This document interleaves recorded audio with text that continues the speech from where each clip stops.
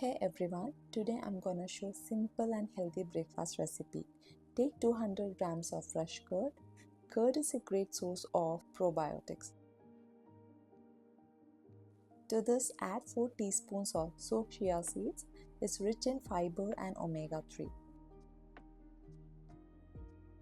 Now add some seasonal fruits or any fruits which you like.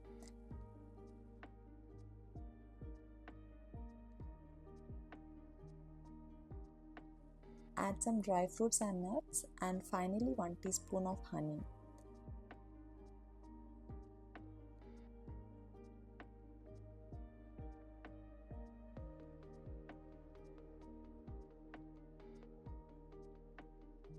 Mix it well and your super delicious meal is ready. This can be a healthy breakfast as it really keeps you full, or you can have it as a pre or post workout meal. It can be a nutritious snack too, or if you just love healthy eating, this is a must try recipe. If you really like this video, give a thumbs up and subscribe to my channel. Thank you for watching. Take care.